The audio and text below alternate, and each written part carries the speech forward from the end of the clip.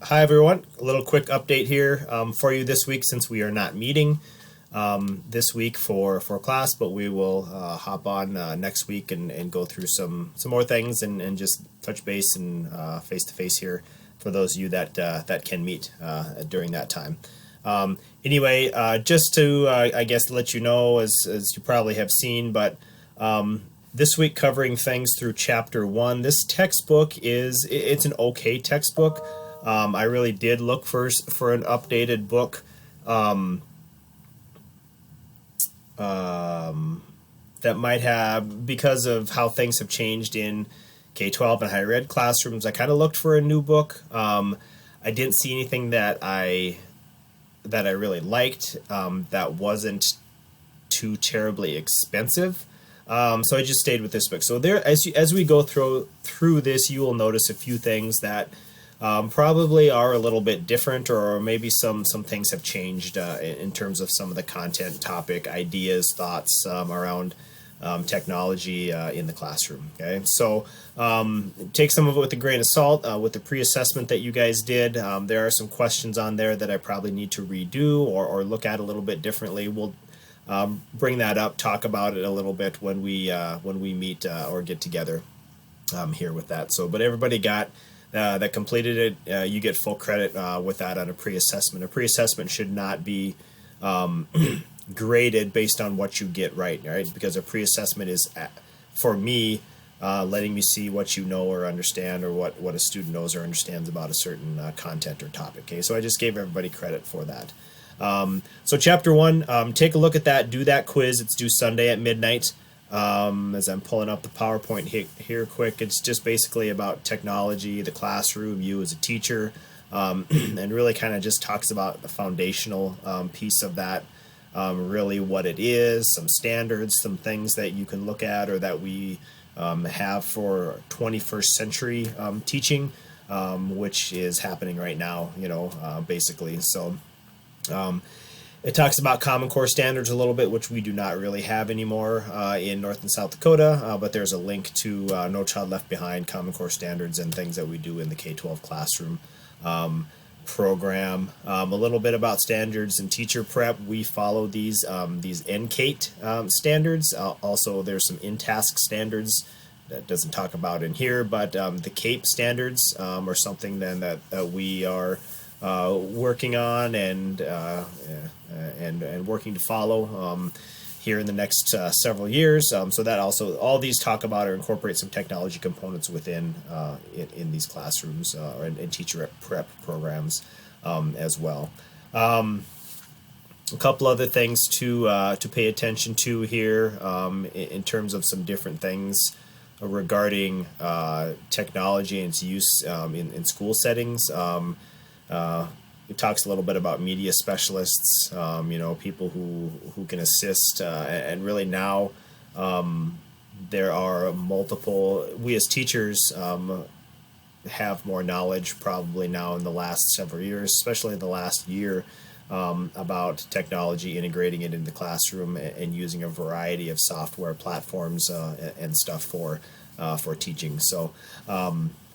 So your technology department is probably more of a help than a media specialist student is there. And some of the information you'll see in the book here, a little bit old, as of 2009, for example. That's 11 years old, so this is a little bit different. But usually when you're looking at research in a textbook, it's a couple years out, even if you have a brand new textbook that you might be using in a classroom. Okay, so 99% of teachers have computer access, probably similar to that, if not 100%. But the more important question is now how many students have access to technology at home, so that they can keep up. So, and then the last part of this talks about technology in the schools and at homes. What are some things that are challenges? What are some things that are good opportunities with that? So yeah, there's a lot of things that, to just in terms of chapter 1, take a look at it, read through it, use these notes, use the book to help you answer the questions in the quiz. and get through this first chapter here. Okay, challenges and opportunities, of course, those are not much different. Limited funding, connection with all schools and students and families, planning time, how we as teachers integrate it, so on and so forth. There. Okay. So take a look at that. That's one thing for sure. The one assignment that is due next Sunday, or actually this Sunday. And the other thing that you'll see here as we go through, I did touch base on this, is, for example, Zoom, Google Classroom, etc. I'm going to spend a little bit more time next week going over some different things in Zoom.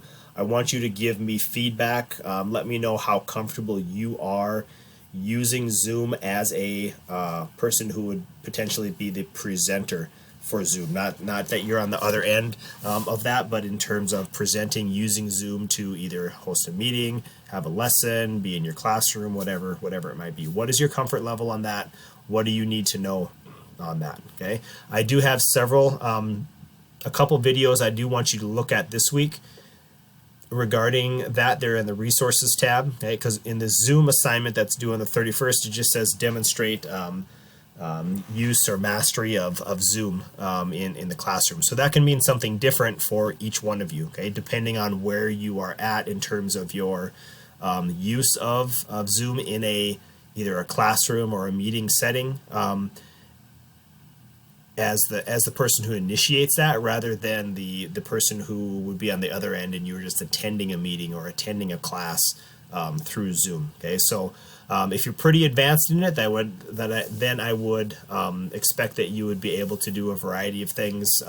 Breakout rooms, polls, different types of things like that. If you're fairly new, then I would maybe not expect you to be as familiar with some of that and how we can use some of the different tools in there. Okay, but in the resources tab, take a look at these two videos. They're not very long necessarily, but take a look at those this week, and then be ready to come back and talk about it, or next week, or it's also like a tutorial for you in terms of some things that you can do. So Zoom for beginners, if you've used it a little bit, this is probably something that you might get a lot out of if you used it a lot and know a lot about the settings and how to set virtual backgrounds, change this, change that, change your who can enter the room, how they enter the room, mute the mic when they come in, those types of things.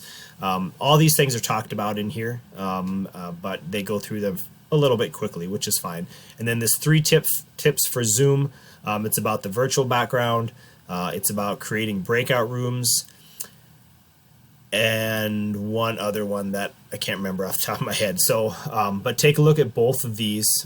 Probably total, they'll take you maybe 30 minutes to watch with that. But watch those to help you get an understanding of how to use that. Okay, and we're gonna go over some more stuff next week when we meet and get together. But I need to know. I need you to email me, send me a message, text, whatever it might be, about your ability and comfort level with using Zoom or operating Zoom on that. Okay, so that gives me some idea on what to include next week when we talk more about the different components of Zoom, how to use it, as a meeting, or if you're teaching or whatever that might be. Okay, so a couple tips here, a couple YouTube videos there with that. Chapter 1 PowerPoint's here if you want to download it and review it. So read through, review Chapter 1, take the quiz by Sunday, watch the 2 videos on using Zoom, and send me some information on your comfort level of Zoom, how much you've used it, what you know about it. If everybody's really good and proficient at that, then we'll skip right on to the next thing and move forward. Okay, but please provide me your feedback on that. Otherwise, we will see you next week, Wednesday, 6 p.m. Central Time for those of you that can make it. Talk to you soon.